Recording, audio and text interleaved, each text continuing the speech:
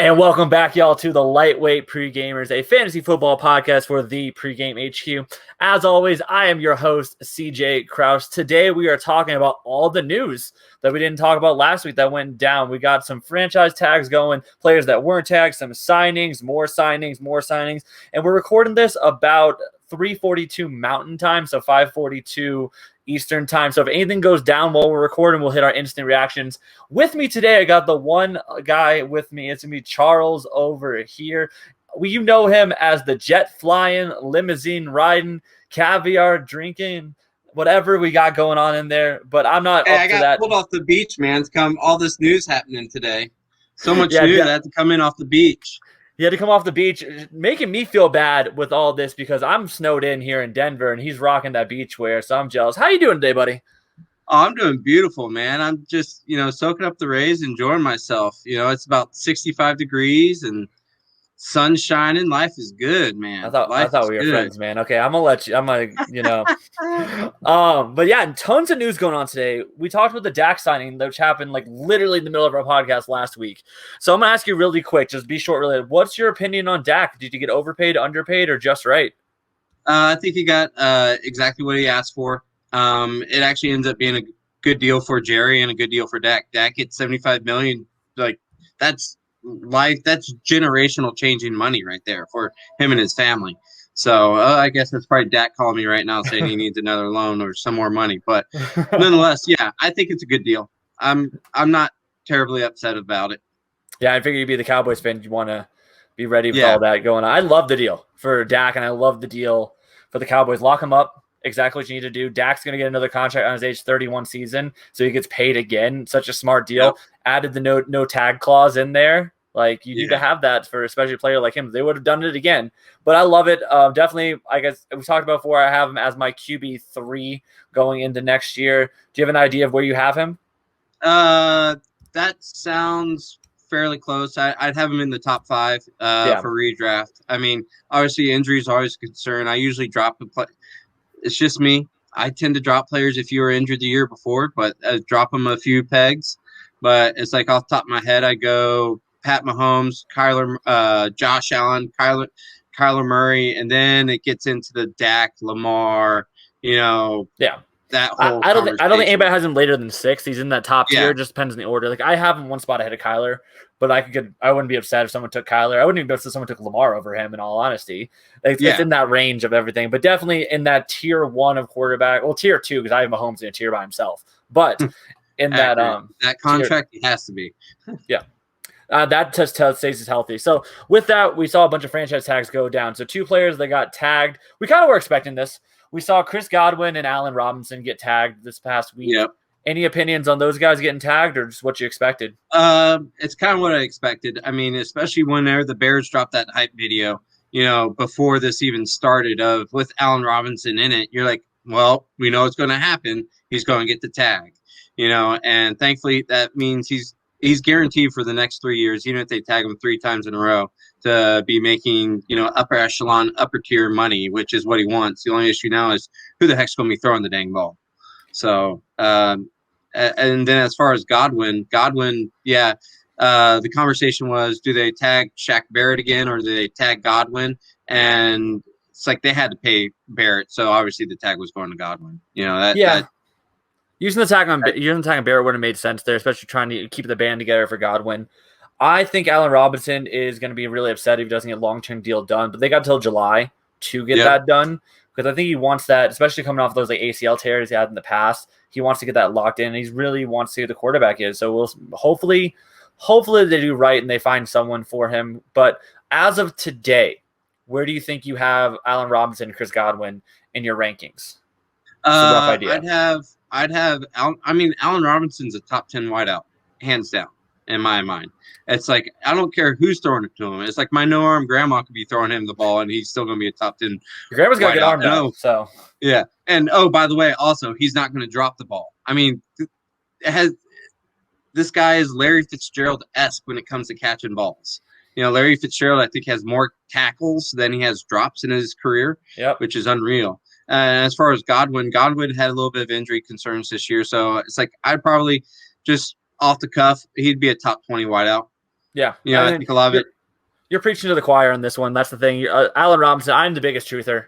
You can hear it on my other podcast, The Dynasty Duo. I praise he's my wide receiver 11 in Dynasty, and I'm higher than him on redraft this year. So he's definitely a top 10 wide receiver there. And one thing I think as Godwin, I think he's around that 15-ish range for me. I think Brady's not an upgrade for him. I think he should be an alpha somewhere, but it makes sense to keep him. But we saw some up and down production. I think he's a good high-end wide receiver too you can count on with wide receiver one upside. Because we've seen that upside. And a lot of it's going to depend on what happens with Antonio Brown. I mean, does Antonio Brown come back? Because Antonio Brown probably ate into a little bit of Godwin's production. I mean, Brown's known as a speed guy, and that's kind of what Godwin is. And I'm just hoping that Godwin comes back healthy and he's able to get a full offseason in with Brady. And hopefully he gets a little something more than what he got than a Super Bowl ring for giving up his number. Yeah, hopefully. I mean, he's going to get paid no matter what next year. Like, we know, he turns to 26 next year. So this tag is just inevitable. Really good for both sides on that one, unless Godwin gets hurt, which is only one of the downsides of the franchise tag. And I can't stand it. It's so bad for the players. But it could end up being great for him next year because the cap should go up significantly with the TV deals. So we can definitely get a bigger contract. About the cap and everything along those lines. Well, with the cap right now, the cap being at 182.5. If I'm me personally, if I'm a free agent quarterback or wide receiver, not running back. Running back is a completely different animal. You got to get your money when you can. You got to lock it in because running back, you're done before you're 30 half the time. So, but wide receiver and quarterback, I'd almost do like an NBA style, contract, where it's like a 1 year or 2 year deal. So you get your money now. And then whenever you're expecting the cap to increase next year, now you can get even more years and more guaranteed money the following year.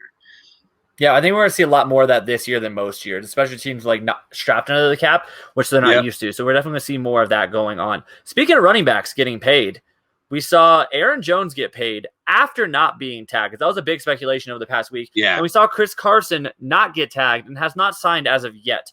So let's talk about Chris Carson first. I think we're going to be more in depth on Aaron Jones. So starting with Chris Carson, he is the number one running back free agent right now. Would you agree? Yeah, I'd say that. I mean, that has Tim to or Drake, really. Well, Kenyon Drake is. I'm not a huge fan of Kenyon Drake. He's had all these opportunities. Maybe it's just due to the timeshare that he has with Chris Edmonds, but for the most part, I'm actually higher on James Conner and Leonard Fournette than I am on Kenyon Drake. And that's what just about Carson though.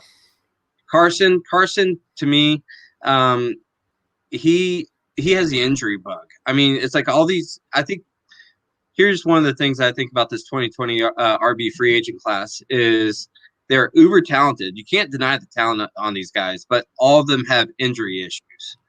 To me, Chris Carson's probably going to. If I'm Chris Carson, I'm looking at maybe a team like Pittsburgh or Buffalo to go and sign on with them and be their bell cow. Hopefully get a 4-year deal for $40 million because I don't think he's worth the $12 million a year that Aaron Jones got. $12 million a year last I checked puts him at the 5th or 6th highest paid running back in the league. So just over Joe Mixon. That's where he puts him. Yeah, I definitely agree. Carson's not going to ask for that much money or get that much money, especially with the age he's in there. But the biggest thing I think right now, if I remember correctly, turns 27 before the season starts. So that's getting close to that 28 cliff that we see with running backs. But he's definitely someone that can give production over the next year. I mean, I would still put him as a mid-range RB2, no matter where he ends up, as long as he gets the job. I don't think he's an RB1, but I think he can have RB1 weeks. I'd probably like 15 to 18 range, speculating there if we're talking redraft right now. But I think the best spot would be Pittsburgh or going back to Seattle, but I don't see him going back to Seattle. Yeah, I think that bridge has been burned. I think I don't know what's going on up in Seattle, but the Pacific Northwest, nobody wants to be playing there right now, apparently. Not even Russell Wilson. So, but Carson's a grinder. He plays really aggressive. Like you can compare him to like a better Thomas Rawls. I wouldn't go that far. You went the extreme end of the good side. I'm saying like the aggressive mindset. Okay, but I like how we both picked Seattle running backs is the biggest thing there. But you went on the high end, I went on the low end there. So it's kind of a cool combo. But he's somewhere in between. I think the grinding aspect would be great for Pittsburgh to really get Ben some breathing room. I could see him potentially Miami doing well. I don't like Buffalo as a landing spot. Now that I've talked with Tyler Carp about it on our pod, I could see it being fine, but that would drop him to the 20 mark for me, probably closer to that and a low end RB2. But yeah, no, if you go any running back that goes to Buffalo is going to be a low end RB2. And I mean, that's just all there is to it. Because Josh Allen just takes away too much of the run game. He takes away too many of the rushing touchdowns. Exactly. And I mean, I could see Chris Carson going to Arizona. Arizona's in need of an actual bruising running back. But yeah, I see you shaking your head there. But I don't like him there. I don't like the fit. It just doesn't like. I'd rather have. It doesn't feel right, right? Back. No, it doesn't. It's the same idea. Kyler Murray's going to take the rushing work. So I would Kyler Murray. It's like I spoke to this in another article for someone else that I wrote. It's like Kyler Murray. It's like, yeah, he had 800 yards rushing last year and 11 scores, but there was still almost 1,500 yards rushing left on the table for the other running backs. No, there's definitely pieces of the pie left, but like at someone his age, if I'm buying in, I like if I can get him like 7th round of a redraft, I would take him, but I'm not excited for him. There's not an upside in those spots. So we'll see where he lands. I'm sure we'll know soon enough by probably like Wednesday or Thursday of this week. So maybe by the time this drops, you'll know where he is, and this could be all obsolete. But that's the beauty of recording on Mondays, right? Yeah, exactly. Aaron Jones. Oh, the A.J. Dillon truthers are crying for a day after this. Hey, I'm one of those guys, man. I had both Aaron Jones and A.J. Dillon in my dynasty, in like my primary dynasty league. That's not a bad spot to be, though. Like the only people that lost out are people that traded for A.J. Dillon. I was like beating the drum of like, hey, go sell A.J. Dillon in your dynasty leagues, and I got so much people blowing me up saying, no, you're an idiot. No, I'm like, no, he's at his peak value. He's never going to be higher than right now. So go get it. And lo and behold, I did not predict this. I did not predict Aaron Jones being the signing, but I predicted somebody signing there to take away at least the passing down work. And now we see Aaron Jones 4-year, $48 million. I think I don't know how much guarantee there is there, but enough that he's going to be there for at least a year or two, taking away the majority of the workload. He's a top 5 running back behind that line in that offense. So what do you think of the Aaron Jones deal? Where do you have him? Where does that leave A.J. Dillon? All right, so Aaron Jones, it's like I think it's a real good fit for him. It's like I have him as a top 5 PPR running back. The floor for him, obviously, he's going to be an RB1 next year. Hard stop. If you have him as one of your RB1, you're going to be happy. I mean, the ceiling for him is the overall number 1 running back. I mean, just with the way that offense runs with McCarthy's down in Dallas. I got Dallas on the mind, man. Yeah. No, it's okay. The way that offense he runs was with Rodgers. Yeah.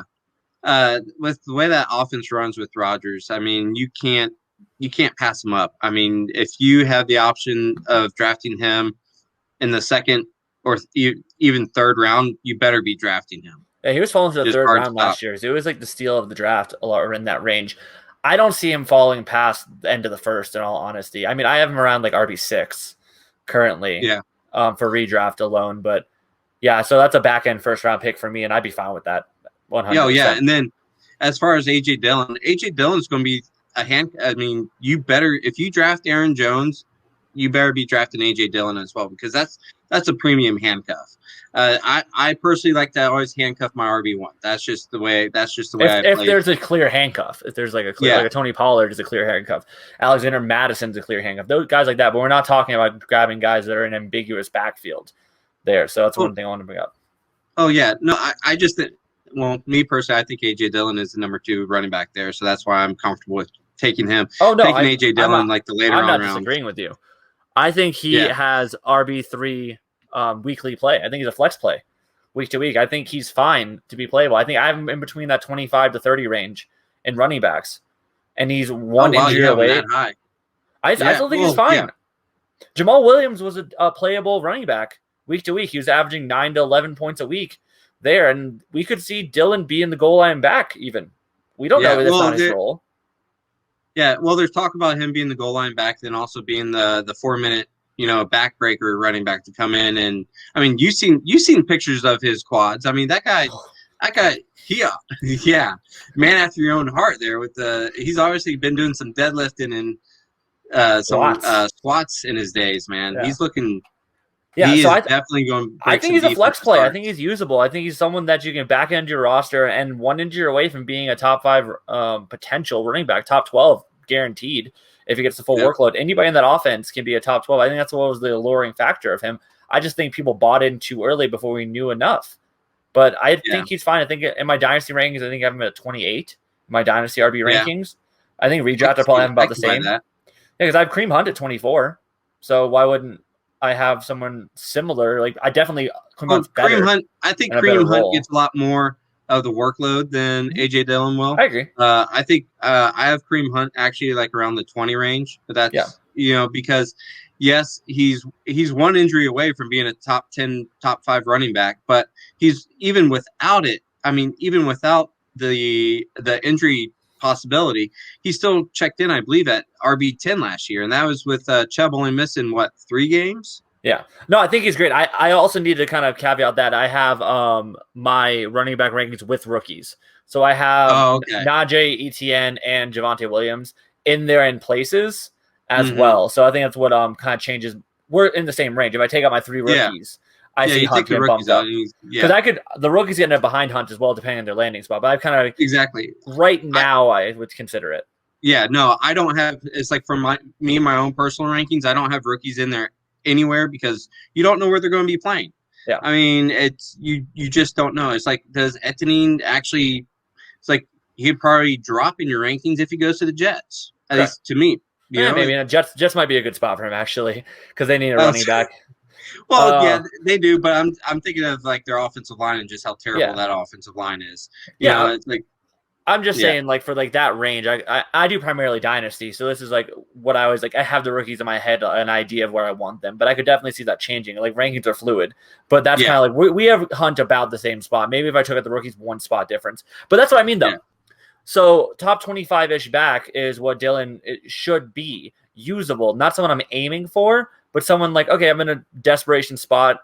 I can play him. It's better than grabbing some other guys like Michael Pirine. Or in like that are the right now starters and things like that. So I mean, I'm not an AJ Dillon truther by any means. I've been called an AJ Dillon hater, but I think people just like don't understand what I was getting at that time. Yeah. But it's okay. I'll just take my victory lap and I'll run with it. But exactly, you'll be sitting on the beach with me, sipping Mai Tais, enjoying yourself. Yeah, you gotta play that game sometimes, man. All right, going forward with a few more signings that we had. We saw one of your favorite quarterbacks, I think, but Cam Newton. I'm kidding on that one, but Cam Newton signed a deal. It is a $14 million deal, $5 million guaranteed. Yeah, so it's $5 million guaranteed, and then it's all like Pro Bowl MVP, Super Bowl MVP. Yeah. I mean, it's 14 mil. Yeah, max 14 mil. Honestly, this makes sense. I think Cam actually is poised to potentially have a bounce back year. Not back to where he was before, but back to being a serviceable quarterback. I mean, just simply because of the fact that they're bringing in offensive line help, which is what they need. They brought in Jonah Smith, so that's a plus up. Over the other 2 guys they drafted at the tight end position last year. The only issue now is the wide receiver position. It's like if they can improve the wide receiver position and they can actually have a true offseason together, I don't see why Cam Newton can't come back to be a top 15 quarterback next year. Now, I think his ceiling is probably like top 10, like 10th rated quarterback. It would probably be his ceiling, but 10 to 20 range is where I expect him to fall. But if he gets the pieces he needs, he could easily be a serviceable QB week on a bye week. See, we differ on Cam a lot. Cam is off my board in that range, 100. I think he's just bad. Like I think this deal isn't even like a confident deal. Like there's no way I'm drafting him.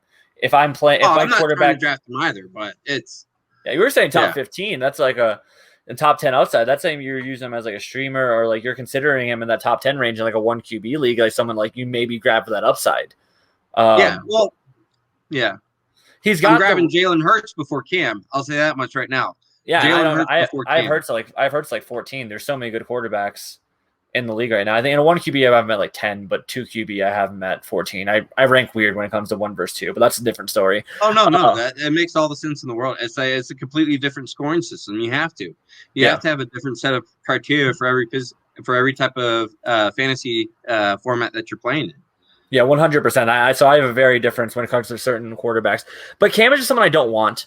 I don't think he's a good passer. I think he's fine, but I think his ceiling is limited, especially going at this age. What is he, 31, going 32, or just turning 31, somewhere around there. And that's when we see a historical athletic dip. So similar to a player we're going to talk about in a little bit, Taysom Hill, we see an historical athletic dip around the 31-year-old range, especially a quarterback that relies on their athleticism. They are off my board. Like 100% not getting drafted. I don't care what round they're in. I'd rather take a different quarterback. I also am not certain that Cam is going to be the starting quarterback for the Patriots all year. I could see them drafting like a Mac Jones. They bring in? I think Mac Jones is a great option for someone that come in halfway through the year. They could draft him. They could build him up. I think he's great for that offense. I would love to see that personally, but I think Cam does start the year. Yeah, I think so too. I think Cam starts the year, and I think it's if they bring someone in, I think they'd much rather bring in like you said, a rookie. Bring a rookie in to push him a little bit, and I think I don't know. At the end of the day, I want to see Cam succeed. I like his playing style. I think he revolutionized the position. 100%. No, he's definitely one of a kind athlete that like changed so much of how we treat football and how we treat the quarterback position there. So I'm not disagreeing with that. I just think he's hit his peak. He's peaked. Yeah, 100%. And that's something to kind of consider with these running quarterbacks. They peak a lot earlier than the passing quarterbacks. So we see that athletic dip there. Well, about Russell Wilson? Get a great. Oh, Russell Wilson doesn't rely on his athleticism as much. He actually has been running a lot less over the past few years. Yeah, Russell Wilson's arm is way better than Cam's. Decision-making is way better than Cam's. So yeah, his accuracy is way better. I think Cam has a stronger arm, but Russell is more precise. He's more accurate than Cam Newton is.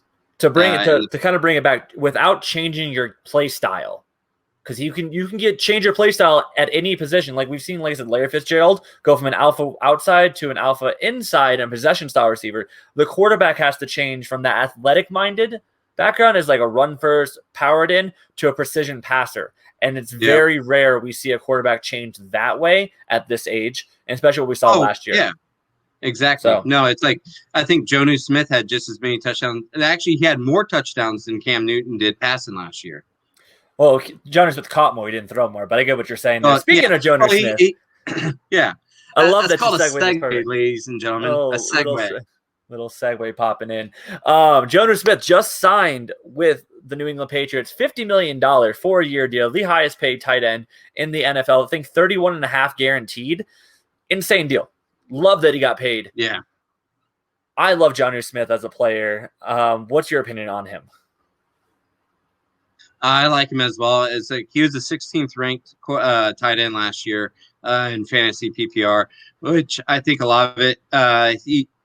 I view him as someone who has top 10, top 5 potential upside. Just all depends on who's throwing him the ball and the type of offense that they're running. Bill Belichick has shown that he's a tight end driven coach. He likes the tight end position. He likes to use that as his primary way to break down a defense. But Jonnu Smith for next year, it's like I have him as a top 8 tight end for next season. And that's just also because I like Cam a little bit more than you do. So I like the deal. I think it still brings him in. It's like George Kittle's like at 15 mil. I believe, and then Kelsey's at like 14.7, and then who I think it drops. I think he ends up being like the 3rd or 4th now highest paid. Well, they have Hooper as well too, getting paid there as well. Oh yeah, Hooper. Yep, that's right. Yeah, but I mean, they definitely put the money where the mouth is. I love this spot for him, even if Cam is the quarterback. We've seen what he's done with Greg Olsen. Made Greg Olsen, who's a lot less of an athlete, who's a great possession style and one of the best tight ends ever played the game. But the athlete that Jonnu Smith is, and I always aim, if I'm not going for a big 3 or like whoever's the top tight ends and paying up, I'm going for athletes. I'm aiming for that Jonnu Smith, looking at that Noah Fant and guys like that just like jump up, Mike Gesicki, guys that jump off the page. Yeah. And I think with that compliment, he's got the yak ability, yard after catch ability to pull a bunch of big gains out of there. So I have him currently ranked at tight end 12 right now. but I would probably consider him more higher than guys I've ranked higher than him because I want that weekly upside. So I have him ranked at 12, but I would just wait longer past the guys I've ranked earlier, like the Hunter Henrys and the Evan Ingrams, things TJ like that. Hawk. Yeah, I just like wait because I think the ceiling's the same as Johnny, but I think his floor is less. And if I'm not paying up for a tight end, I'm going to be playing the matchups, and I'd rather have an athletic guy. So it's kind of like one of those situations where my draft strategy and my ranking kind of differentiate each other. But I think he's a top 12 tight end going into the next year. No matter what, he's going to play the Gronk role. Like, he's going to play that spot. Going to do. Yeah, and we've seen like Cam's completion percentage has gone up. I think he's the guy that could be the beneficiary. Even though I don't think Cam is good, I think Cam's gonna make poor decisions, things like that. I think that's the spot. We've seen guys be fine in that offense. We saw Jacoby Myers. They don't want to go through that. They've seen Julian Edelman was fine when he played, but I think Jonnu is that difference making tight end. And he's be someone, if I'm going wait on tight end, I would target him. So. If you're snagging Jonnu in like the 7th, 8th round, whatever it is, where you decide that it's time for you to go get a tight end, if you don't target one of the more premium guys earlier on, it's like you should be happy with that. It's like I'd hit select on Jonnu starting in the 7th round. From there on out, I'd be satisfied. I don't think you need to though. I think he's going with the 9th, 10th round. I think he might fall that far. Okay. I haven't done any mocks of recently, so it's like I think. Well, I haven't done any since this thing's been signed, but like he's not. Yeah. He's only his best receiving season 448 yards. So once all the smoke and clouds clear of like, oh, this signing's so good, or there's a complete split on Twitter, and there's a complete split from what I've heard everyone. Either people are so for or so against it, and I think there's enough discrepancy there that you can take advantage of it, and he could be that 9th round tight end. I wouldn't be surprised if he falls that far in ADP. This one, the situation we have to pay attention. We'll know more come like August and things like that. Yeah, exactly. But, well, where do you have? Just curious. It's like. I think he's very similar to Noah Fant, almost a little bit. Where would you place Noah Fant? Probably the same area, same range. I have Fant higher. I'm a lot higher on Fant. I think he's done more to earn that spot. But again, I would say a quarterback. Yeah, I mean, I think he can do. I think he can do more with what he has. I think the quarterback can be upgraded in an easier spot in Denver. But I have Noah Fant currently as my tight end, like 6. Yeah, I love Fitzmagic. That'd be great. But we're talking like after the top 3, there's not huge tiers. I have Fant a tier higher, but only 1 tier higher, even though they're 6 to 12. And I'm going to text something right quick. Go ahead. Keep talking. Yeah. If I'm having to pay either a 5th or 6th round pick for Fant or an 8th to 10th round pick for Jonnu, I'd take Jonnu all day.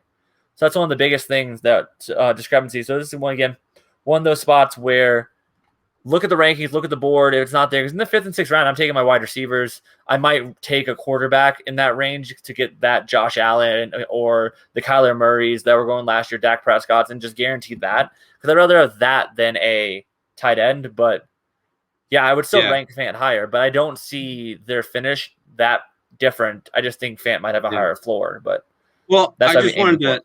What I was looking up was the difference between the 7th best tight end last year, Mike Gesicki. He clocked in at 159 points over the year versus Jonnu, who came in at 16th, was 19 points. Yeah. He scored 140 points last year. 1 point per game. 1.2. Pardon? 1.2 point per game difference. Nothing.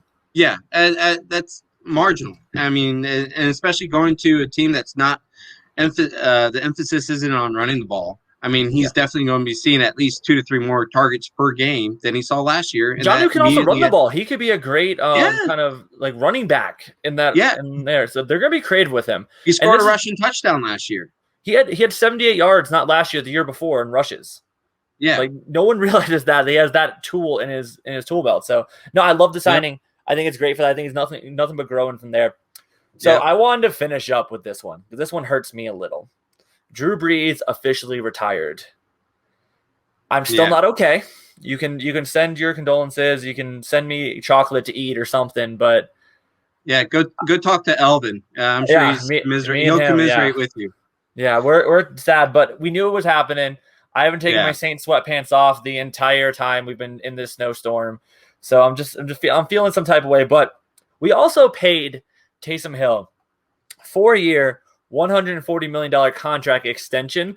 Him and Russell Wilson got the same contract extension to the T. Yeah. But very big differences in guaranteed money there. Yep. First of all, what are you feeling about Brees retiring? What does it do to the weapons? And what do you think of Taysom Hill's contract? I think it's like we have to give credit to where credit's due. Drew Brees is like one of the ultimate professionals has ever, played the game, in the past 5 decades. I mean, Drew Brees, what he's done as a 6-foot tall quarterback, it's like I think he's really like 5'11" on a good day. He's a gentleman's 5'11", okay? He's But yeah, no, Drew Brees. I mean, Drew Brees showed heart. He showed gumption. He did everything he could besides be a referee, to get his team to the playoffs. So it's like get his team to the Super Bowl. I mean, you can't. Drew Brees. I mean, if that's not a first ballot Hall of Famer, I don't know what is. Yeah, he's 100% first ballot Hall of Famer with his accolades there. I mean, the only person that's going to pass him on most things is going to be Brady, who's showing he's ageless. So I hate to give him credit, but diet or whatever he's doing. When I turn like 40, I'm gonna start doing that. But to bring it back to Brees, man, coming from a bad start in San Diego Chargers. I want to say LA, but it was San Diego back then. Yeah. And then San Diego Superchargers. Yeah, being essentially cut, and then Philip Rivers took over, and it was a signing that no one believed in when he first got to the Saints. They're like, why are you paying? Miami had a shot at him. He was going to go to Miami. Can you imagine? It's like he would have gone to Miami and had Nick Saban as his head coach. Crazy. But Sean Payton got the most out of him, and I'm really happy that he did. We got a Super Bowl, so I'm excited. Now we're moving on to the next chapter, but thank you, Brees, for everything you did. But $140 million to Taysom Hill. I know you were kind of confused by this thing, so I want to kind of bring it up. It's a whole bunch of math. I'm a pilot, man. You got to keep it simple for me. Point A, point B. Pull back, houses get smaller. Push forward, houses get bigger. That's all. That's my rudimentary knowledge right here. So no, it's 140 mil. It's basically all avoidable. It clears up $7.5 million cap space. We've been clearing cap space like crazy. We went from 81 mil over to about 16 mil over, and we're going to be able to clear that and maybe sign someone. But magic is what your cap space guys. Just the cap's real. The cap's not real. It doesn't exist. It's like Santa Claus. I don't believe it. Like you can't tell me otherwise. Whoa! Santa's not real. Did I just drop a bomb on you? I'm sorry. Let's okay. We'll talk a little bit off camera about this. But now we're both sad that Santa's not real and that Drew Brees retired. But it's about all of our watchers too. Those poor guys. Sorry about that. Don't let the kids listen to this part. But it ends up being about $19 million he's paid, which is a really good contract for him. And it's a bunch of void years, so we'll see what happens. I think he's the starting quarterback as of today, but people think he's going to be a Jameis Winston. There's been a lot of buzz around Jameis Winston, and I wouldn't be surprised if he gets signed, but I still don't know where the money's coming from, but at this point, it can come out of thin air. Do you think Jameis signs? Do you think Taysom's the quarterback, or do you think someone else comes in? I think they want to bring Jameis back. Personally, I think they believe in Jameis as Sean Payton believes in Jameis, just like he did with Drew Brees. Taysom Hill, to me, while Michael Thomas, I mean, there was no drop in production for Michael Thomas. The only thing he got targeted so much. Oh yeah, I mean, I think he was averaging about 8 to 9 catches a game and 85 yards. So if you read my article on the Pregame HQ about extrapolating the targets that Michael Thomas got, so I did an article on Taysom Hill, Michael Thomas, and Alvin Kamara, what the production would be if we extrapolated it out.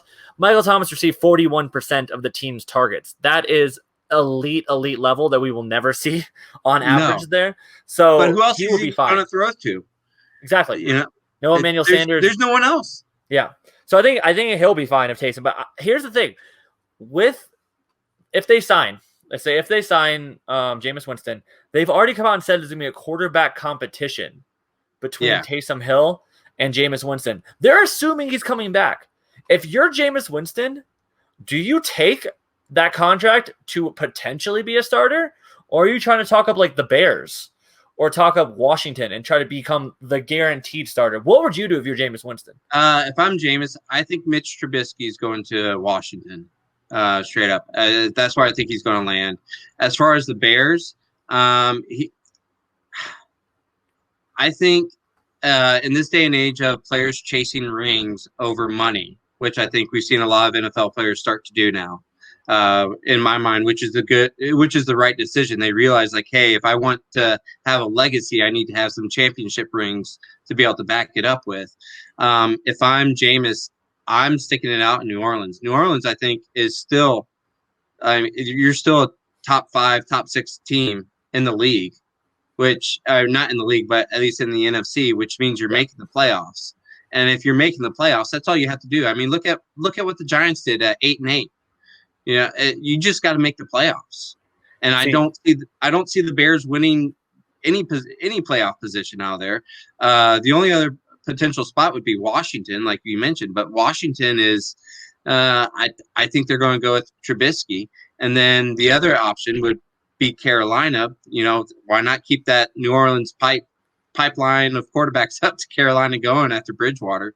But if I'm Jameis, I'm sticking it out, and I'm going to prove that I can win, and then hopefully win like 1 million championships. You're betting on yourself on that one. I think we're in know what Jameis is ranked based on his contract. I think he gets something closer to what Cam got, and not close to like what other quarterbacks are expecting to get. He's not going to get a Dak deal or anything close to that, but like he didn't get much interest last year. I think he's going to be closer to a Cam deal. And if I'm trying to get a Cam deal, that like 14 mil, 5 mil guaranteed, I'm going somewhere that I'm starting. Period. I'm not going to go through the hoops of Taysom Hill. I'd rather walk in, sign my 1-year deal, go to Chicago or go to Carolina or go to Washington and prove myself to earn that big payday instead of taking a smaller amount and then potentially being the starter. Because for some reason, Sean Payton loves him some Taysom Hill. I don't know what Taysom Hill has over him, but it's some voodoo magic there. So I'd still lean, if I had to like make a prediction today, it's like 53% Taysom Hill's a starter. Like, not great odds, but like just over a 50-50 shot. And I think Jameis would be the starter, but I just think Jameis brings a lot more to the table. Jameis is a better quarterback. He's a better 100%. Quarterback, but Taysom Hill is probably the better football player. Oh, Taysom can do everything. Taysom's a Swiss Army knife. Exactly. Of everything. He's a football player. Yeah, he's a football player for sure. But that's why we're paying him so much to do all this stuff. But I don't know, man. If I'm Jameis, I'm betting on myself a different way than going through the hoops of a quarterback competition. I want that job. I sat a year and you didn't put me in when I had a chance. But I think that was a cap move last year. I think Jameis was still a better quarterback last year, but there was things in the contract that if he plays X amount of games, he got paid more, and we were planning for this year. But it just depends we don't know what's behind closed doors. We don't know what's been told to him. Exactly. We don't know these things, but based on what I know right now, that's what I would do. But I could see him banking himself in New Orleans, but that could blow up in his face. It just depends. This all depends on what his contract looks like. But bar none, let's say for devil's advocate that Jameis does sign in New Orleans. Where do you rank him in your quarterbacks? If he signs with New Orleans, I would probably he would probably end up being a fringe QB1. Like 13-14 range? Yeah, 13-14 range. Just simply because, like we said, he didn't play at all last year. He threw one pass for a touchdown, and that was it. Great job doing that touchdown though. So great touchdown. I mean, so it's like he can come to the table and be like, look, all I do is throw tutties. That's all I do, But I think Jameis has it's like realistic range is like the 12, 13, 14 quarterback. Last time we saw Jameis Winston, he was a top 2 quarterback. Even with 30 interceptions. Oh my goodness, yeah. But I mean, that's when he was just slinging the rock, just throwing it up there, letting Mike Evans and Chris Godwin fight for it. And that's the thing. It's like I think Sean Payton appreciates quarterbacks like that. And even if Taysom Hill does win even if he wins the quarterback competition, whatever you want to call it, I think Taysom Hill would be on a very short leash, and that we would see Jameis come in and become the starter probably within 2 weeks if Taysom doesn't perform well. Yeah, I think Jameis Winston jumps the Carson Wentz of the world, the Derek Carrs, Yeah. things like that. Without a doubt. I'm just saying like that range of course. So I'd say top 15-ish, probably a little bit closer to like the Jalen Hurts and things like 14, that. Yeah, that range around there. Well, the other issue with Derek Carr, you bring him up. Who's he going to throw to? I mean, Nelson Aguilar is. We don't know where he's going. I mean, they're trying to re-sign him, so that's a different world of a quarter. We'll cross that bridge when we get to it. I rank Carr higher than Wentz, so I wanted to kind of have that in the range to kind of bring up there. But most people don't. But that's just where I rank them currently. But now Taysom Hill's a starter. Starter week 1, he gets named the starter. Where would you put him? Oh, geez. For fantasy. Oh, that's different. Yeah, that's a tough. He's not going to throw a touchdown. You can expect maybe 1 touchdown pass a game from him, in my mind. That's just I don't see that. So you're banking on his rushing capabilities, his rushing upside. So it's like honestly, I'd probably have him like 16, 17. I would not be happy with Taysom Hill as my starting quarterback in fantasy next year if Taysom Hill's a starter, which is interesting considering I'd be just fine with Jameis Winston. It's just it's different type of players. Different. It's like the offense they will be running with Taysom Hill at quarterback is completely different than the offense they would be running with Jameis Winston. And I think you'd see completely different draft. I think we can tell a lot from the draft. Who the Saints go after in the draft will kind of tell us which way they're leaning with the quarterback situation. Yeah, I think however they decide, we'll know the signing before the draft, and however they draft, who's winning the competition or who they plan to win the competition. I agree with that, depending how they build the team, because they have to build a team around somebody. You can't just exactly whatever. Taysom Hill, I would have him around the same spot, honestly, for a different reason, because rushing is king there. But I also extrapolate out his age drop and his athleticism drop. So I think he would be one of those guys that I would, if I see a good starting part of the season and I'm going that streaming quarterback, I would buy Taysom Hill and use him for the first few weeks before his body starts to shut down, and then go for that like rookie that might take over, like that Herbert last year or something like that, and aim for that switch. That's if I'm going like super fade quarterback, which I don't agree with anymore much. But if you wanted to go that late round QB strategy, he would be someone I think would be a QB1, a top 5 potential in the early part of the season. Yeah. But I think his body will shut down as the season goes on based on his age and based on historical data.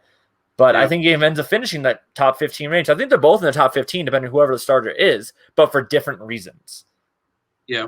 So, but Taysom would be one of those guys, again, talk about the Jalen Hurts. I would avoid Taysom Hill in a super flex redraft league, but I would be fine with him in a 1 quarterback redraft league because of that variance there. So that's kind of, again, how I treat the ebbs and flows of I need more floor in the super flex. I want that second quarterback to be my floor guy, but I only care about upside in a 1 quarterback league. I don't care if someone has a 0 floor because it doesn't matter. There's only 12 of them being started or 10 or whatever you're in your league, especially like a 10 and if you're carrying more than 1 quarterback in a 1 quarterback league, I kind of question what it is you're actually doing. Yeah, exactly. Anyway. But that's a story for another day. But yeah. Love all the talk today. Any closing thoughts that you have? Anything you're working on? Tell us where we can find you. Well, I just published my Kenny Galladay article. That's something we didn't really get to talk much about today, but that's because he hasn't signed anywhere. I think Kenny Galladay comes out and he sets the market for the wide receivers. My personal fan favorite place for him to land right now is anywhere in the AFC South. The AFC South is just, in my mind, garbage when it comes to defending the pass. So if he can make it to Indianapolis or Jacksonville, it's like the sky's the limit with him. So before we finish up, I definitely want to talk about Kenny Galladay. Thank you for bringing that up. I think he signs with the Jags. We're seeing a lot of buzz.